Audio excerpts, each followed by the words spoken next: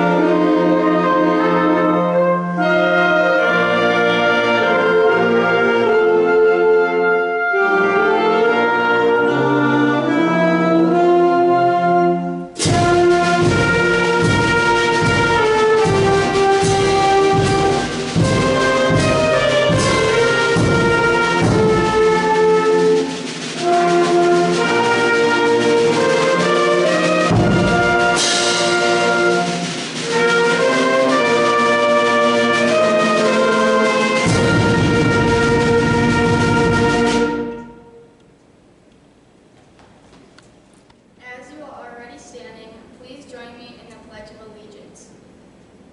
I pledge allegiance to the flag of the United States of America and to the republic for which it stands, one nation, under God, indivisible, with liberty and justice for all. Thank you, and please be seated. The Ulen-Hitterdal Senior High Choir will now perform the song, Thank You, Soldiers.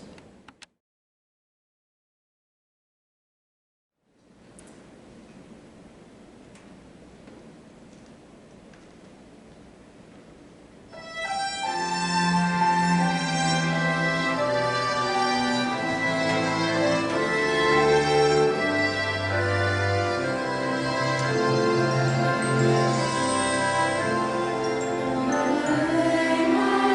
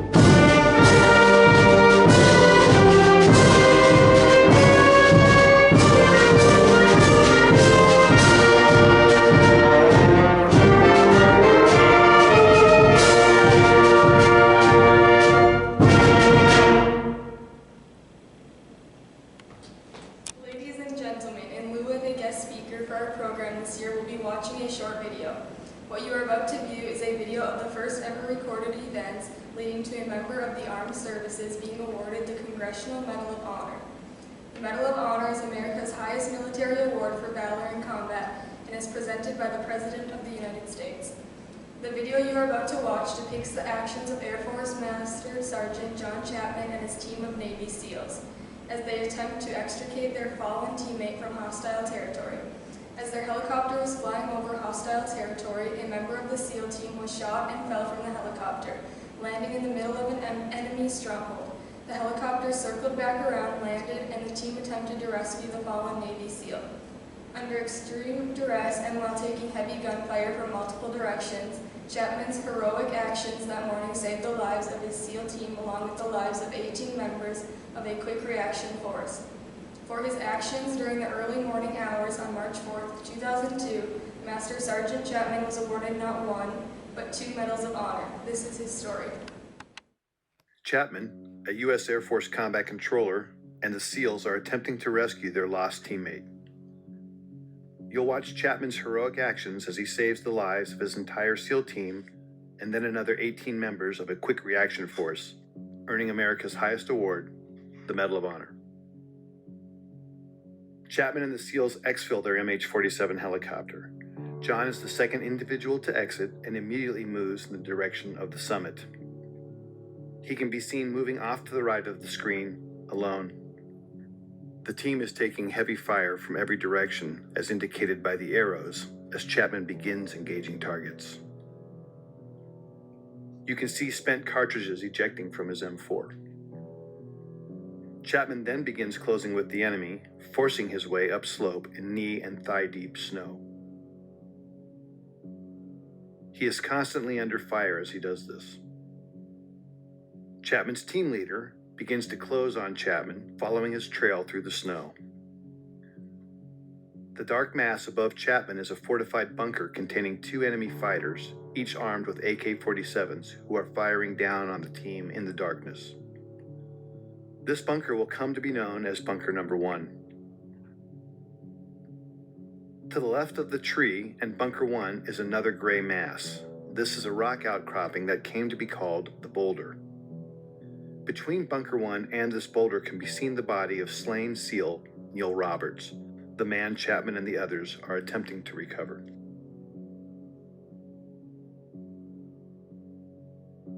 Chapman, still alone and closest to the enemy, pauses to engage targets as his team leader follows him, but never actually catches up with him.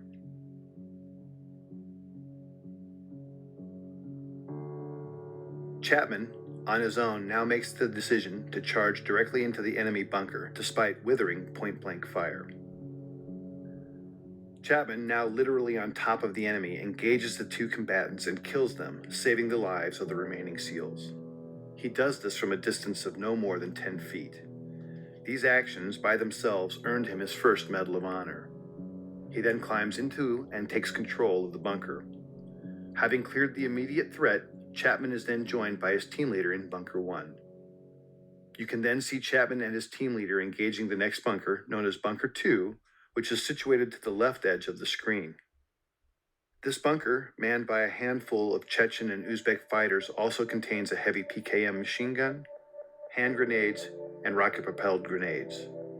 John Chapman is shot twice at this time in the torso and collapses, incapacitated.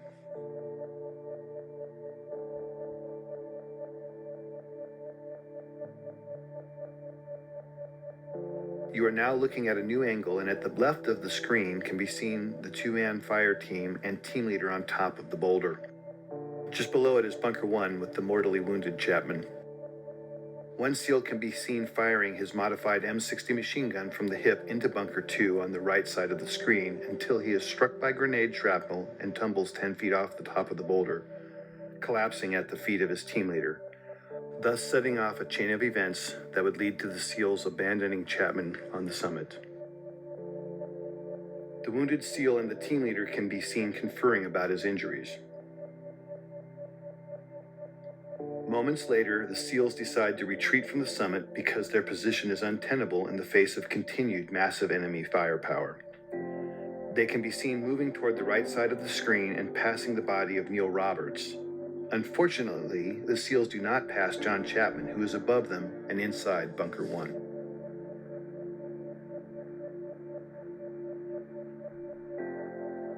This angle shows 3 SEALs in a triangle. The larger black heat signature is a smoke grenade. Just to its left is a donkey and dead Al-Qaeda fighter killed by Chapman.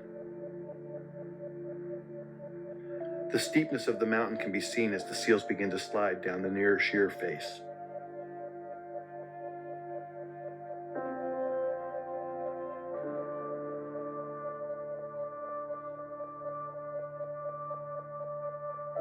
The team leader, desperate for relief and now with 2 wounded teammates, asks for uncontrolled airstrikes from an orbiting Air Force AC-130 gunship. The impacts you see are from 105mm howitzer rounds being fired onto the ridgetop in order to save the remaining SEALs. Because neither the SEALs nor gunship know Chapman is alive, he is experiencing these detonations from his position. At approximately 5:20 in the morning, Chapman recovers and begins to engage the enemy. Bunker 1 is on the right side center of the screen and Bunker 2 to the left near the screen center. It will never be known what caused his incapacitation and recovery. Of the 2 rounds that originally wounded him, at least 1 was mortal, and at this time he is experiencing severe blood loss and shock. Despite that, he begins his one-man stand against 24 enemy combatants. During this time, Chapman initiates a series of radio calls, many of which are heard by a fellow combat controller and teammate of his and Delta Force operators on a nearby summit. Despite this combat controller's replies, Chapman never acknowledges whether because of damage to his equipment or himself will never be known. This new angle and footage shows Chapman at the top, identified by the green dot under the tree at Bunker 1. The lower center of the screen shows the first enemy fighter who is about to charge Chapman in the hopes of killing the American. The timestamp at the bottom shows it is now 6:05 in the morning and fully light. He's been fighting alone now for 40+ minutes and has received more gunshot and shrapnel wounds as a result of the fierce combat. This scene shows the second of several enemy charges. In this stunning display of determination and courage, Chapman can be seen fighting hand to hand with the fighter. In the larger screen display can be seen additional enemy moving on to the summit. But right now, John Chapman is fighting for his life.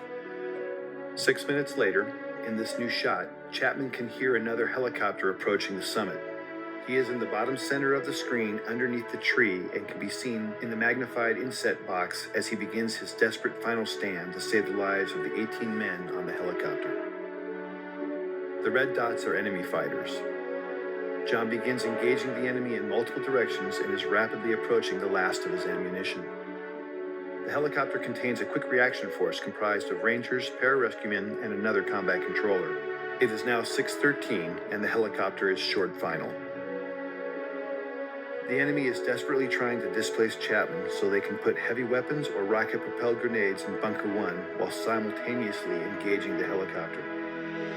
With the choice to save his life or the lives of his unknown comrades, Chapman makes the decision to climb out of the bunker and begin firing in multiple directions as can be seen in the inset.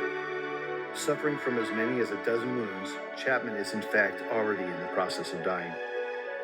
As he fights, the helicopter is struck by a rocket-propelled grenade and makes a remarkable controlled crash just below Chapman and the summit. Chapman, now off-screen, continues to cover his comrades as they pour out of the stricken helicopter. Some of them are fatally shot as they exit. These images, with Chapman fighting the enemy at close quarter, are the last to show him alive and in this heroic act, thus qualifying for his second Medal of Honor. Ultimately, Chapman would expend all but the last few rounds of his ammunition, until, finally, after 16 bullet and shrapnel wounds, Chapman succumbs when he is shot through the heart. We will never know his final thoughts or words, but what we do know is his decisions and actions single-handedly saved the lives of 23 comrades. For more information about John Chapman's amazing story and the details about this mission, visit danschillingbooks.com or your favorite book retailer to obtain a copy of the Chronicle of his life, Alone at Dawn. Ladies and gentlemen, please stand as you are able. Ladies and gentlemen, I ask you for a brief moment of silence to honor all the moments, days, and years our veterans and their families have served and sacrificed for our nation. In our moment of silence, we lift our thoughts, gratitude, and prayers to our nation's veterans.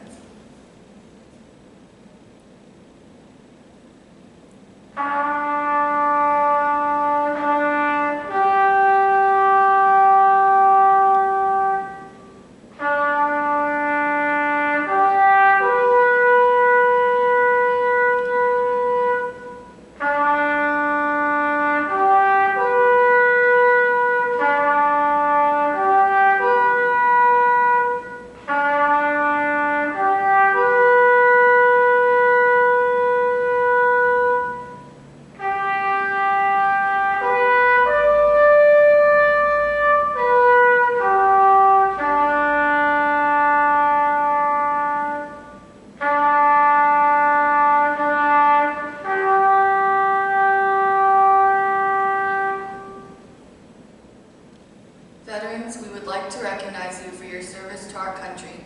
Thank you. Let us remember those who are deployed in service to our country. Let us remember those who, because they paid the ultimate sacrifice for our freedom, cannot be with us today. The best way to honor our veterans is to take an active part in maintaining freedom in America.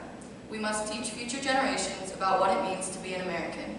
We must volunteer in our communities, take care of veterans and their families, vote in elections, and continue to try to make America the very best that it can be. Without our veterans, our nation wouldn't be what it is today. Without you, we won't be able to reach where we could be tomorrow.